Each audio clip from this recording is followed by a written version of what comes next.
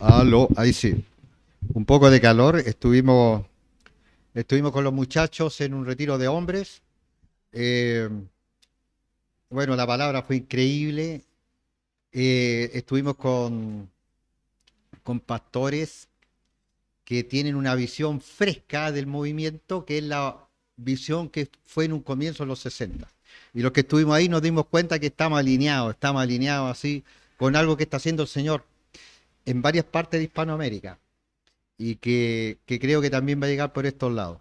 Así que hubo palabra del Señor, también hubieron juegos deportivos, hubieron combates de sumo y yo combatí sumo.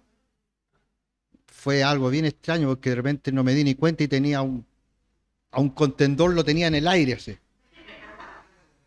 Y no había qué hacer.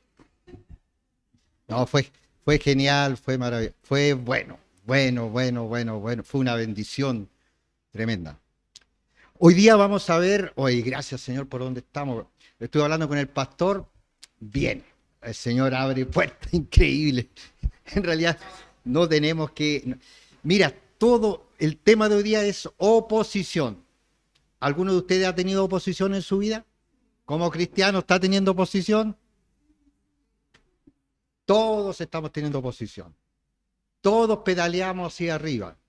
Gerson, él estuvo en el ministerio de Chuck, él nos dijo, de aquí en adelante todo va a ser pedalear hacia arriba. Pero no significa que Dios no vaya a hacer una obra, pero va a ser pedaleando hacia arriba. Así que vamos a orar y vamos a ver el capítulo 2 de Nehemías. Padre, damos gracias por tu amor, tu misericordia, Señor. Te damos gracias también por refugio, Señor, y por todos los que estuvimos ahí. Fue realmente un tiempo increíble, Señor, bueno, Señor, del Espíritu Santo, de comunión y de visión. Una visión fresca, Señor, no legalista, una visión contextualizada a la realidad que tenemos ahora en nuestros países, Señor. Estamos abiertos a la obra del Espíritu Santo, sabemos que va a ser rupturista en muchas cosas, pero estamos acá. Queremos hacerla, queremos que nos uses. Con todas nuestras limitantes, con todas nuestras fallas y con toda nuestra realidad, nos disponemos en tus manos, en el nombre de Jesús. Amén. Entonces vamos a Nehemías capítulo 2. Bueno, ustedes saben que eh, estaban en Israel, producto de su pecado, estaban en Babilonia. Y Dios, con estas cosas que él hace, él él le habló a Nehemías acerca de la necesidad de reconstruir los muros de Jerusalén. La situación era caótica, el pecado se había totalmente tomado el control de una nación. Saben que una cosa que nosotros tenemos que orar y tenemos que tener claro algo. Saben que los países caen bajo juicio cuando el pueblo elige el mal. Y nosotros estuvimos hablando con argentinos y los argentinos nos dijeron, todos estos 30 años que han sido horribles es producto de nuestro pecado. Pero ahora Dios está abriendo puertas y está cambiando las cosas. Así también tiene que ser con nuestro país. No tenemos una confianza en ningún líder político, pero tenemos que elegir el bien, el mal menor o lo que tiene mayor connotación de bien. Porque cuando elegimos todo el mal, entonces el juicio viene sobre los países. Y viene, y es ineludible. Y eso había pasado con Israel. Ellos habían elegido el mal y estaban en afrenta, estaban siendo esclavizados, pero Dios tomó a Nehemías y lo puso en un lugar de importancia en el reino de Babilonia. Nehemías era la persona, mira lo que te voy a decir, era la persona de mayor confianza de Artajerjes. ¿Por qué se ganó esa confianza? Porque tenía integridad, credibilidad y nobleza, algo que hoy en día parece que no existe. Bueno, Nehemías era noble, era un tipo noble. Él iba a hacer lo correcto. Y como él hacía lo correcto y servía con un corazón limpio, con una integridad real, entonces Dios lo puso como la persona en la cual más confiaba el rey. No confiaba en un babilónico, no confiaba en un sacerdote de su religión, confiaba en un judío. Los judíos siempre han sido odiados porque los judíos son el pueblo escogido de Dios y el mundo odia a los judíos. Nunca han sido un ejemplo, hay que ser honestos, porque nunca lo han sido, pero siguen siendo el pueblo de Dios. Y muchas veces ninguno de los que estamos acá hemos sido siempre ejemplos, pero somos el pueblo de Dios.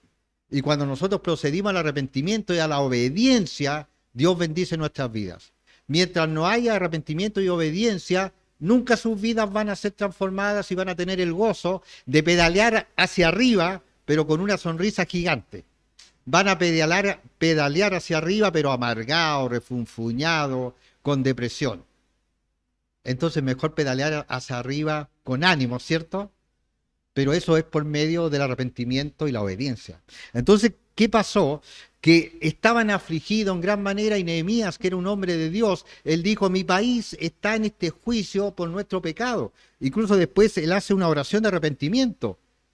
Él asume arrepentirse siendo que no era un pecador, pero asume como suya la responsabilidad del pecado de su nación. La iglesia en Chile debiera asumir como nuestro el pecado de nuestra nación. La iglesia en Chile debiera asumir como nuestro el que no se instruyó a los jóvenes para que fueran a la universidad, para que los jóvenes en la universidad conocieran a Cristo.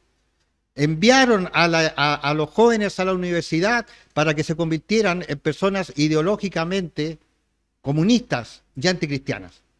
La iglesia tiene una responsabilidad de instruir bien a la nueva generación. Entonces, ¿qué es lo que hizo Nehemías? Se vio que estaban en aflicción y él simplemente se pone en las manos del Señor y dice, ten misericordia de nosotros. Esa es nuestra oración en Chile. Ten misericordia de nosotros. Porque si hay un grupo de cristianos que ore, Dios va a tener misericordia de este país. Pero si la iglesia no está haciendo su función real, si la iglesia tiene miedo de decir que lo que está mal, entonces el juicio va a venir. Y Dios va a levantar profetas y va a anunciar el arrepentimiento. Y si hay corazones dispuestos, Dios los va a usar, pero en medio de gran oposición. O sea, Dios va a usarnos y va a usar, el pastor de acá, estuve conversando con él, una visión tremenda, y sabe que es así. La oposición es real. Los cristianos nos han dicho que tenemos que orar, volvernos locos para que no exista oposición. La oposición es algo que Dios pone en nuestra vida para que dependamos de Dios. Cuando estamos cómodos nos olvidamos de Dios. Cuando todo sale bien nos olvidamos de Dios. Cuando todo sale bien hasta podemos perdernos. Entonces el Señor dice, vas a sufrir un poquito porque te quiero mucho y no quiero que te pierdas. Y es así como lo hace el Señor. Entonces Nehemías, él tiene este deseo en su corazón, pero se siente totalmente abrumado, solo, y se siente, mira, yo creo que nosotros estamos muy identificados con eso. ¿De a dónde? No tenemos poder, no tenemos dinero, entonces debía decir, ¿de a dónde? Del único lugar que puede venir, de Dios. De Dios viene nuestra restauración. De Dios viene tu restauración, viene de Dios. Mientras busque tu restauración en cualquier cosa que no sea Dios, no vas a ser restaurado, te lo aseguro, no vas a ser. Hasta que no te arrepientas y quieras que Dios te restaure tu vida. Y ahí comienza el trabajo del Señor. Mira, dice el capítulo 2, que vamos a ver hoy día, dice, sucedió en el mes de Nisán, en el año 20 del rey Artajerjes, que estando ya el vino delante de él, tomé el vino y lo serví al rey. Y como yo no había estado antes triste en su presencia, me dijo el rey, ¿por qué está triste tu rostro? Pues no estás enfermo. No es esto sino quebranto de corazón. Entonces temí en gran manera. Mira, el rey quería a Nehemías. Lo quería, porque confiaba en él. Él confiaba en Nehemías. Y Nehemías era el copero. ¿Ustedes saben cuál era la pega del copero del rey? Era una pega de mucha confianza, porque él tenía que probar el vino. Y si el vino estaba envenenado, se moría. Ahora ustedes me van a decir, yo no quiero esa pega, o sea, a lo mejor digo, oye, qué rico el vino, oye, pero después te mueres. Y después llega al cielo y va a decir, oye, estaba rico el vino, Señor, pero me morí. No, pero ellos por su paladar son como estas personas que hacen estos, ¿cómo se llaman estos que catadores? El catador no se toma el vino, imagínate catando 10 botellas, lo tendrían que sacar. Él y después lo bota. Entonces él veía, wow, veneno, rey. Entonces el rey confiaba en él. De hecho, nadie más podía hacer, porque ustedes saben que en los reinos antiguos es muy diferente como ahora. Los políticos no se azorruchaban en el piso, ni se ponían puñal en la espalda, no, bueno, ahora no son así, ¿cierto? Se envenenaban al rey. Siempre estaba, oye, hasta familiar, entonces él era alguien que quería, mira, Nehemías quería al rey y el rey lo quería a él. Y el rey se dio cuenta que el rey era el rey. El rey podría haber dicho, ¿qué me importa si se muere este copero que venga otro? No, pues si así era. Y nadie va a decir, no, yo no quiero la pega. ¿No quieren la pega? Corten la cabeza al tiro, así era. O sea, el rey te decía, tú eres copero, tenía que ser copero. Entonces el rey dice que cuando lo vio, se dio cuenta que estaba triste. O sea, mira, el Señor puso en el rey de Babilonia, que era el mayor imperio de la época, que sintiera, que viera que este judío, porque mira, judío era como una persona de tercera, de cuarta categoría, o sea, el judío era judío nomás. Pero este judío era una persona de su confianza y lo vio triste y le pregunta y le dice, ¿acaso estás enfermo? No es esto, dijo, sino quebranto de corazón. Entonces temí en gran manera. ¿Sabes qué? El temor siempre quiere apoderarse de nuestro corazón. ¿Qué habrá pensado en ese momento Nehemías? El rey se va a enojar. Los reyes actuaban así, o sea, tienes que ser el copero, pero tienes que estar siempre alegre. Porque el copero no se va a tomar una copa de vino con alguien que tiene una cara amargado, ¿cierto? Tiene que estar alegre, ¿sí? El copero del rey. Tiene que demostrar alegría. Entonces se asustó Nehemías. Pero a la vez le habló al rey. Dice, y dije al rey, para siempre viva el rey. ¿Cómo no estará triste mi rostro cuando la ciudad, casa de los sepulcros de mis padres, está desierta y sus puertas consumidas por el fuego? Un verdadero creyente, un verdadero cristiano ama su país. Ama su país. Y hay cristianos que incluso toman posiciones un poco más, van un poco más allá de lo políticamente correcto porque sienten un amor por su país. Todo cristiano debiera tener amor por su país. Los cristianos que dicen, no, no, estos políticos, no, no, mira, nosotros no somos políticos, pero cuando uno ama a su país, quiere lo mejor para su país. ¿Sabes que mi hija le compró hace poco, encontró un libro en una librería? ¿Ah? En el Jumbo. Muy bonito para niños. Y se lo compraron porque lo estaba hojeando. Viejo, basura, basura horrible. Basura horrible. Esa es nuestra realidad.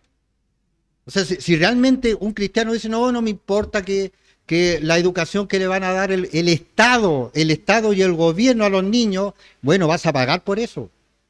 Vas a pagar por eso. Porque te tiene que importar. Y no porque no tengas nietos o hijos no te va a importar. Porque te importan los hijos, los niños de tu país. Y porque la Escritura dice que nosotros debemos amar el país donde estamos. Para mí esto es bien importante también porque yo nunca fui un amante de mi país. De verdad les digo, era súper crítico de ciertas cosas, y no de las que ustedes piensan. Y no sé qué ustedes pensarán, pero digo, no lo que ustedes pero era crítico. Y una vez alguien me dijo, oye, pero ahora ya no soy así. Sé que tenemos una cantidad enorme de faltas, pero amo a mi país. De hecho, andaba con un gorro con una bandera chilena. ¿Cuándo en mi vida había andado con algo así?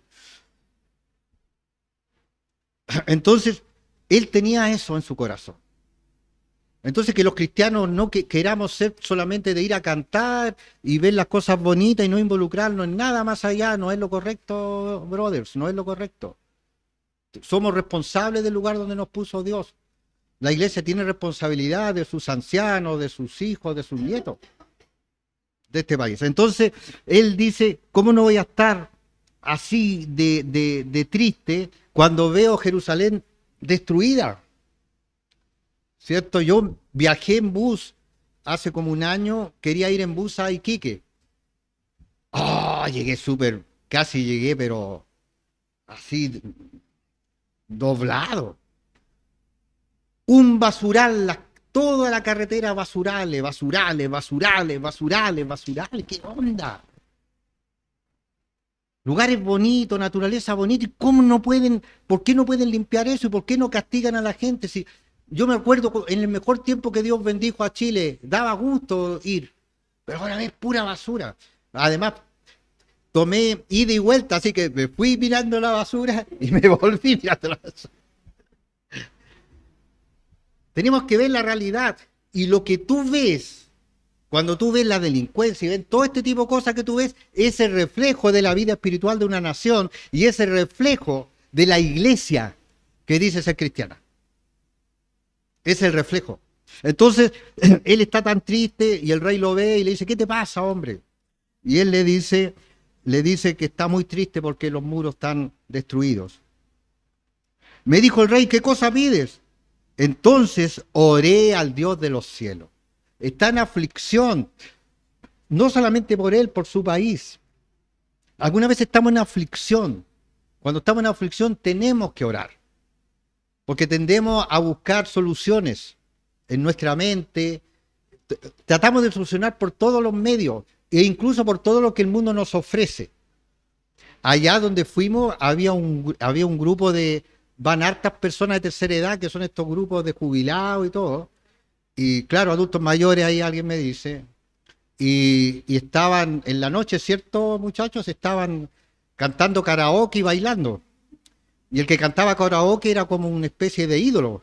Y de repente estaba cantando y todos los abuelitos cantando y haciendo. Y de repente bajó, como diría, ídolo por un día, y los demás, los abuelitos y abuelitas, entre ellos, le hacían así, como. Bueno, pasó un rato, ellos se quedaron dormidos y de repente preguntaban, ¿y el Jorge? Iba en la fila también con los. Yo te digo, mira, yo te digo algo. Esas personas están buscando algo porque están al final de su vida y no tienen nada. Buscan novio, buscan lo que sea, porque no tienen nada. Cristo es el único que te da un sentido a su vida. No es malo ir a hacer eso, no es malo ir a bailar y hacer esas cosas, pero cuando tú eres un cristiano que está disfrutando, pero cuando tú crees que esa es la felicidad y que eso te va a dar felicidad, estás equivocado. Entonces, cuando acá el rey le dice, ¿qué cosa pides? Dice, Nehemías dice, oré al Dios de los cielos, porque es el único que puede transformar una vida. Porque además yo escuché el lenguaje y decían garabatos feos, no me gustó estar ahí. No me gustó y vi niños así diciendo garabatos feos. ¿Por qué? Porque no hay nada y creen que ese tipo de cosas le va a dar. Esa felicidad dura así, dura la nada misma, dura el día. Y yo te puedo asegurar, si tú dijeras, me gustaría vivir todos los días, no sé, en el lugar que más te guste a ti, el campo, lo que sea, yo te puedo asegurar, al quinto día sin Cristo no hallarías qué hacer. Te aburrirías. Nada llena. Solamente llena a Dios ese vacío. Y nadie transforma algo. Nadie transforma una nación, nadie transforma una familia ni un matrimonio si no es Cristo. No hay terapia, ni lo que hagan, ni viaje a donde sea, que te regalen un viaje, no sé, un viaje romántico a, no sé, que un lugar romántico, ahí a dónde es donde están las góndolas, a Venecia, que vayas con tu esposa y salga ahí cantando, oh, sole mío. Entonces, oh, mi amor, siempre, no, al segundo día hagamos lo mismo, al tercer día. Al cuarto día que le diga, mi amor, vamos a viajar en la góndola, y de repente vería que con el remo, a lo mejor mi esposa me cae un remazo en la cabeza. No soporto. Es Cristo solamente. Pero si tú estás en Cristo, tú puedes hacer eso. Porque está completo. Dios no los llamó a ser amargados. A veces el cristianismo es como, te dicen, mira, tú ahora estás en Cristo, no vas a hacer esto, no vas a hacer esto otro. No vas a... mira, te pintan una vida horrible, o sea. Te pintan una vida. y te dicen, así que todo eso va a ser tuyo, o sea, ya con eso, o sea, no poder hacer nada, no, tiene que ser un equilibrio, un balance, donde el Señor es el centro. Bueno, dijo, y dije, versículo 5, y dije al rey, se le place al rey, y tu siervo ha hallado gracia delante de ti, envíame a Judá, a la ciudad de los sepulcros de mis padres, y la reedificaré. Fíjate lo que hace, ora, y después se la tira toda al rey. Porque alguien me decía que le había pedido un lugar donde trabajar a Dios, pero me faltó fe porque le dije cómo era el lugar. Si le hubiera pedido otro lugar un poco mejor, a lo mejor estaría en un lugar mejor. Pero Dios me dijo lo que le pedí. Pide a Dios. Pide a Dios. Nosotros hemos estado, bueno, ahora estamos acá bien, ¿cierto? Después que ya estábamos cansadísimos, ¿cierto? Pero Dios abre las puertas. Entonces Él dice... Y dije al rey, si le place al rey y tu siervo ha hallado gracia delante de ti, envíame a Judá, a la ciudad de los sepulcros de mis padres, la reedificaré. O sea, no está hablando de cosas menores. Tener ambición en Cristo no es malo. Mira, ser fiel en lo poco es genial, pero siempre tener el deseo de ir más allá, de que Dios abra más puertas. Pero ser fiel en lo poco. No quejarse tampoco de lo poco. No quejarse. Bueno, gracias a Dios, esta congregación nunca se han quejado. Nunca se han quejado. Hemos ido para allá, después hemos estado allá, hemos llevado... Nunca nadie me ha dicho, oye Jorge, ¿hasta cuándo? Nunca nadie me ha dicho eso, y eso es genial. Me gusta eso. Y dije, y versículo 6 dice, entonces el rey me dijo, y la reina estaba sentado junto a él. Ahora, ¿quién manda? ¿Quién manda? Nehemías le cayó bien a la reina. Porque si la reina dice no, se acabó. No se edifica la ciudad. Como en todo matrimonio, ¿no? Entonces, y la reina estaba al lado de él. ¿Cuánto durará tu viaje? Mira, ya le dijo, ¿cuánto dura tu viaje? ¿Y cuándo volverás? Y agradó al rey enviarme después que yo le señalé el tiempo. Dios puso gracia en en Nehemías, porque Nehemías sintió un duro, interiormente se sintió mal, porque Jerusalén representaba la grandeza de Dios en la tierra. No es por una grandeza humana para jactarse como un reino poderoso, es porque Jerusalén es la imagen de Dios en la tierra. O sea, ¿cómo lo veía Nehemías? Decía, un Dios increíble como este necesita un Jerusalén esplendoroso y no un Jerusalén en ruinas. No era para él, no era para jactarse los reyes de Israel. Era porque eso reflejaba la gloria de Dios. Y Dios escuchó la oración. Y siempre estamos en esa, orando, a veces a veces uno se desanima, todos. Pero no te quedes ahí. Vuelve de nuevo, vuelve a insistir, vuelve. Y en algún momento Dios empieza a abrir las puertas. Pero tienes que vivir en obediencia, eso te lo digo. Porque vas a orar toda la vida, pero si realmente no tomas en cuenta a Dios en tus decisiones y eres fiel con Dios en todos los aspectos, no va a pasar. No va a pasar. Entonces, dice ahí, además dije al rey, si le place al rey que se me den cartas para los gobernantes al otro lado del río, para que me franqueen el paso hasta que llegue a Judá. O sea, fue más allá. Dame cartas para pasar, como diría, es como la frontera. O sea, ¿cómo diríamos? Arrojo, fue más allá. Eso cuesta ser arrojado en eso, porque sobre todo yo soy una persona que me cuesta mucho pedir favores, mucho, y es un poco de orgullo quizás, entonces es como difícil, por eso yo siempre mando a que otros traten, porque yo tenía amigos que conseguían rebajas de cosas, yo una sola vez en mi vida pedí una rebaja en una ropa usada, y no me rebajaron. No me rebajaron. Era una cuestión. En Iquique era una cosa usada y dije, me rebaja, no sé, como 300 pesos y no me rebaja. Así que nunca más he pedido rebaja en mi vida, no pido rebaja. No puedo hacerlo. No soy buen trato. No soy negociante, no soy. Y Dios levanta a los negociantes ahí, uno ve también ve el talento en eso. Y dice... dice, además diré al rey, si le place al rey, que me dé carta para los gobernadores al otro lado del río para que me franqueen el paso hasta que llegue a Judá. y carta para Asaf, guarda del bosque del rey, para que me dé madera para enmaderar las puertas del palacio de la casa y para el muro de la ciudad y la casa en que yo estaré, y me lo concedió el rey según la benéfica mano de, ¿qué dice ahí?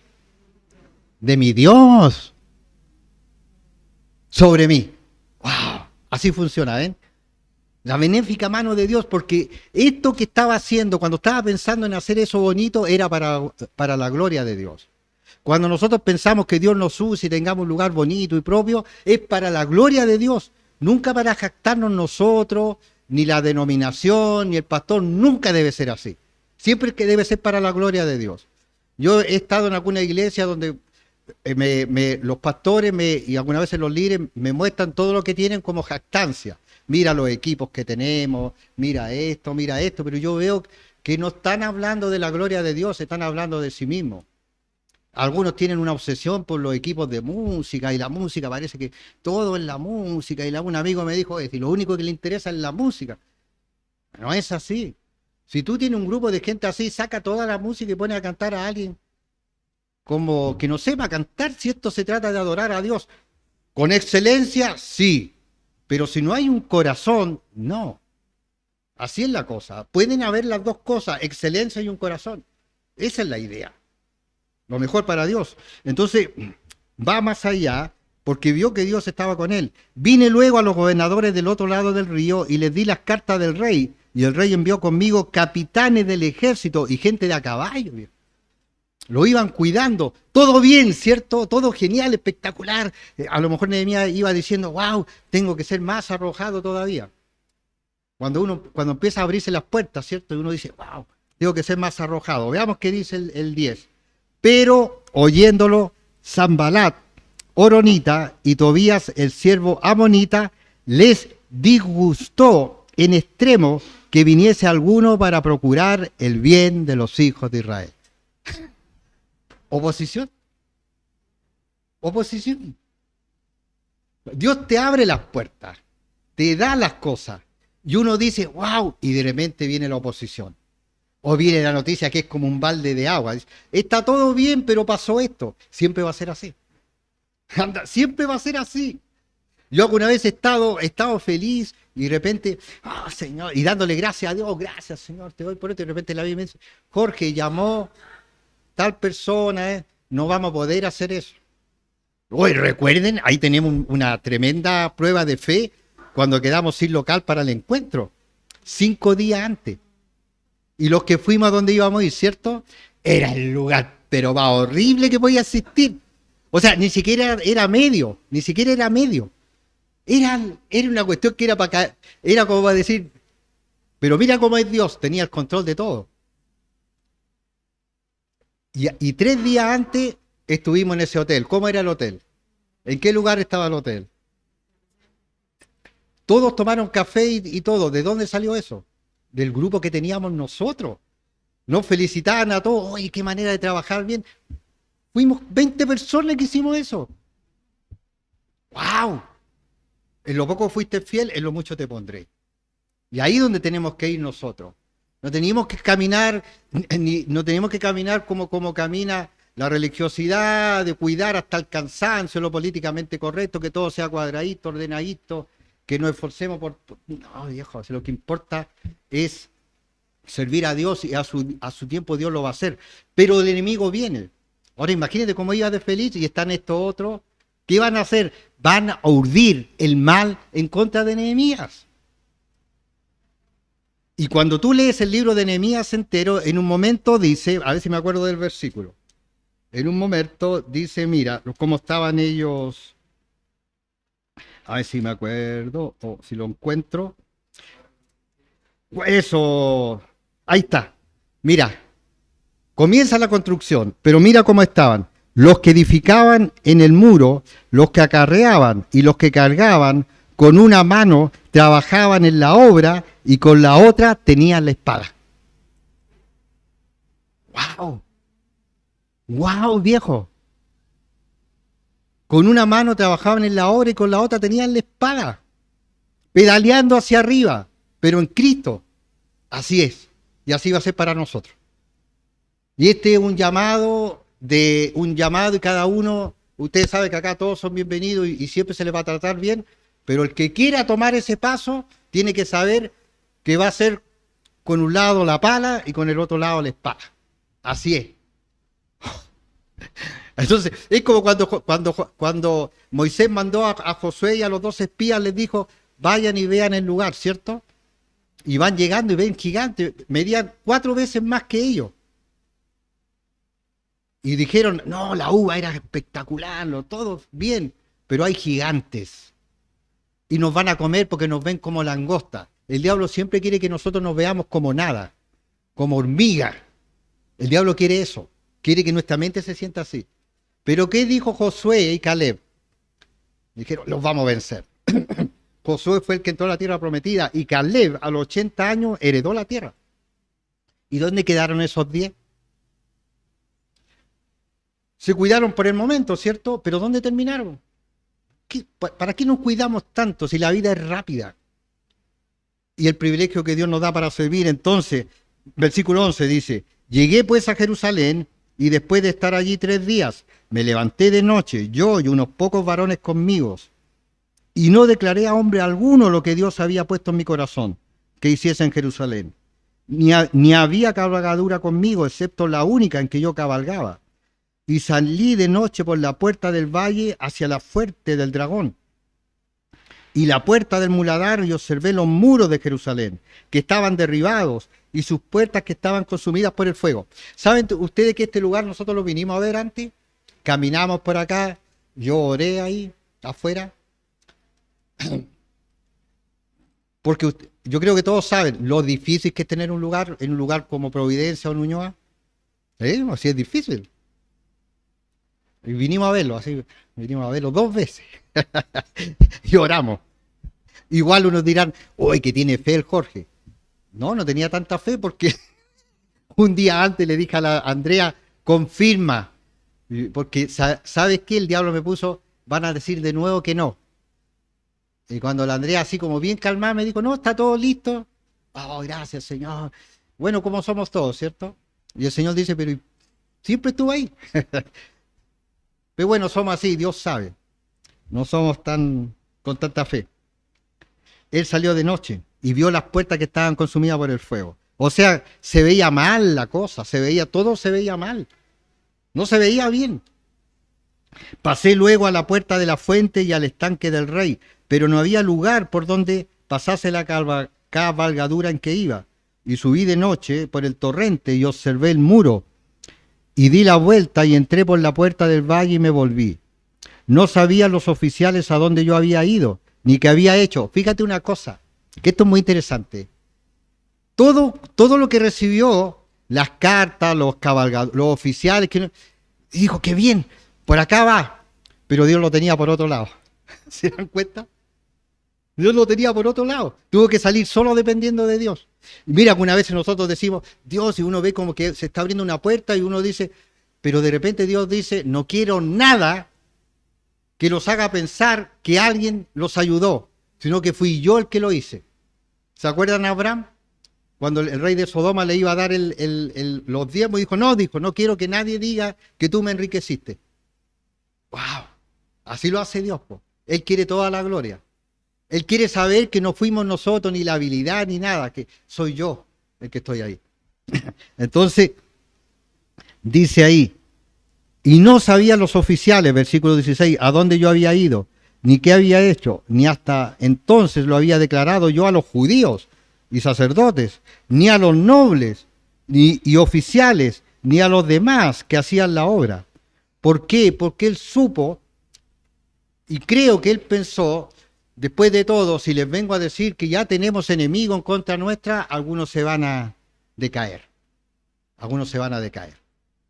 Porque es re loco eso, cuando de repente, yo recuerdo toda esta historia que hemos vivido, que de repente están las cosas bien, pero algo pasa. Y yo sé que si yo le digo a alguno lo que pasa, porque lo viví, yo le decía, oye, pero pasó esto, y había personas que inmediatamente te tiraban, como se dice, abajo. Chuta, qué pena, va a haber más problemas. Entonces no era ayuda. No era ayuda porque entonces uno tenía que ver en quién puedo confiar, a alguien que sea espiritual para que ore. Pero si le di, porque yo lo viví, y quedás después peor, pues, o sea, quedás más bajoneado. Porque ven, todos han visto los, ¿cómo se llama esto? Los propagandistas de la depresión o del, ¿cómo le decía? El mala suerte. Pero no le voy a contar al mala suerte la cuestión porque te va a ver todo al revés, po. Yo tenía dos amigos, uno que era el eterno, ¿cómo se llama? Efusivo, el que todo lo veía con optimismo. Cuando yo le decía, él me decía más cosas increíbles. Yo por dentro decía, "Sí, está como demasiado". Pero por el otro lado, había el deprimente, el que te iba a decir todo al revés. Pero había uno que era como el equilibrado. Entonces ese me decía, "Ah, pero si me estaba con el puro efusivo, podía cometer las locuras más grandes porque me decía, no, hagamos esto, y después hubiéramos, quizás, ¿dónde hubiéramos terminado? El depresivo, poco menos, como le dijo la esposa a Job, mátate mejor y chao. No sé. Entonces, busco al del equilibrio que me dice, no, Jorge, mira, y ahí se arregla. Mira, a veces es bueno el de acá, porque hay que bajarse, a veces es bueno el efusivo, pero siempre es mejor el balance. Siempre es mejor el balance. Entonces dice ahí, versículo 17, les dije pues, vosotros veis el mal en que estamos, que Jerusalén está desierta y sus puertas consumidas por el fuego. Venid y edifiquémonos el muro de Jerusalén y no estemos más en oprobio, porque para él el oprobio era lo que les dije antes, la imagen de Dios. No era por ellos, era por decir, es como cuando nosotros decimos, cuando vamos a un lugar, dejemos todo limpio, dejemos ordenado, cooperemos, para que la gente que no es cristiana diga, mira los cristianos cómo se comportaron. Y no digan, vinieron los cristianos, dejaron sucio, echaron a perder esto, porque pasa, sacaron cosas que no tenían que sacar. ¿Quién cae en oprobio ahí? Al final cae Dios. Entonces siempre se busca la imagen de que Dios sea glorificado. Entonces les declaré cómo la mano de mi Dios había sido buena sobre mí, y asimismo las palabras que el rey me había dicho. Y dijeron, levantémonos y edifiquémonos. Así esforzaron sus manos para bien. Pero cuando lo oyeron, ¿quiénes creen ustedes que lo oyeron? Sanbalat, Oronita, Tobías, el siervo amonita, más encima los nombres que tenían, daban ganas con los... Y Gesem, el árabe. Siempre los árabes en contra del pueblo de Dios, en general, porque hay árabes cristianos. Hicieron escarnio de nosotros. ¿Sabe lo que es escarnio? Burlarse. ¿Quiénes son ustedes, judíos, esclavos? No tienen dónde caerse muertos y van a construir esta pared. ¿Sabes que algunas veces Dios es genial cuando se menosprecia a otros cristianos? Generalmente Dios levanta, cuando el corazón está en el lugar correcto, al menospreciado, y al que confía en el hombre, que generalmente los que nos menosprecian son los que confían en el hombre, no los que confían en Dios. Los que menosprecian son los que confían en el hombre porque dicen, estoy confiado que me van a dar dinero, que estoy en una organización aquí. Esa es su confianza. Y menosprecian al que depende de Dios. Pero ¿qué es lo que hace Dios? A su tiempo levanta al que depende de él y hunde al que depende del hombre. Y cuando tú tienes claro eso, tienes que estar tranquilo, no tienes que pelear las batallas, no tienes que defenderte, ni decir cosas, nada, déjalo en las manos de Dios, porque Dios es fiel, es juez fiel. Entonces dice ahí después, hicieron escarnio de nosotros y nos despreciaron, diciendo, ¿qué es esto que hacéis vosotros? Y mira lo que dijeron los malvados, os rebeláis contra el rey. Y ellos sabían que tenía el permiso del rey. Y este es el último versículo, y esto debe ser para nosotros. Dice, y en respuesta les dije, el Dios de los cielos, Él nos prosperará. Mira, nosotros siempre debemos tener en cuenta algo. Que nuestra confianza está en que nosotros conocemos el carácter de Dios. Conocemos quién es Dios. Ahí está nuestra confianza. Y sabemos que Dios es fiel y es justo con quien lo sirve.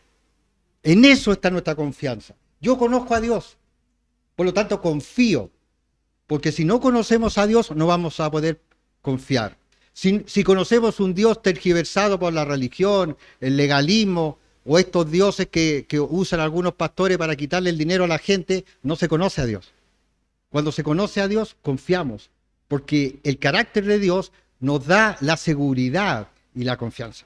Y eso es lo que tenía claro Nehemías. Dice, y en respuesta les dije, el Dios de los cielos, Él nos prosperará, y nosotros, sus siervos, nos levantaremos y edificaremos, porque vosotros no tenéis parte, ni derecho, ni memoria en Jerusalén. ¡Wow! Tremendo. Eso les quería compartir, hermano. Los muros que estamos construyendo los vamos a construir hasta que nos vamos al cielo. Pero sabemos que va a haber oposición. Y si no hay oposición, mejor váyanse a otra iglesia porque significa que Dios se olvidó. Dejó que las cosas... ¿Saben por qué? Algunas veces las iglesias construyen sus cosas, sus organizaciones y reinos y parece que son exitosos, pero el Señor no está entre ellos. No está y los deja. Háganlo nomás. Diviértanse. Pero Él no está entre ellos. Padre, gracias, Señor, por tu palabra. Gracias también porque creo que vamos a estar un buen tiempo acá. Ya estamos cansados de llevar cosas de un lado para otro. Y te rogamos, Señor, que en poco tiempo más veamos esta sala llena de gente. Y te pedimos también por gente que no te conoce, por gente que quizás nadie recibiría en la iglesia. Por esa gente, Señor, te pedimos porque los vamos a recibir. Le vamos a dar el amor de Dios y la bienvenida y vamos a creer que tú vas a hacer, Señor, un milagro en sus vidas. Así que gracias, Señor. Gracias, Señor. Te doy muchas gracias por esta congregación, Señor, que es tu congregación, pero en la cual tú me pusiste como pastor, porque los quiero, porque sé que tenemos una comunión real y porque es genial eso. Es genial. Gracias, Padre, en el nombre de Jesús. Amén.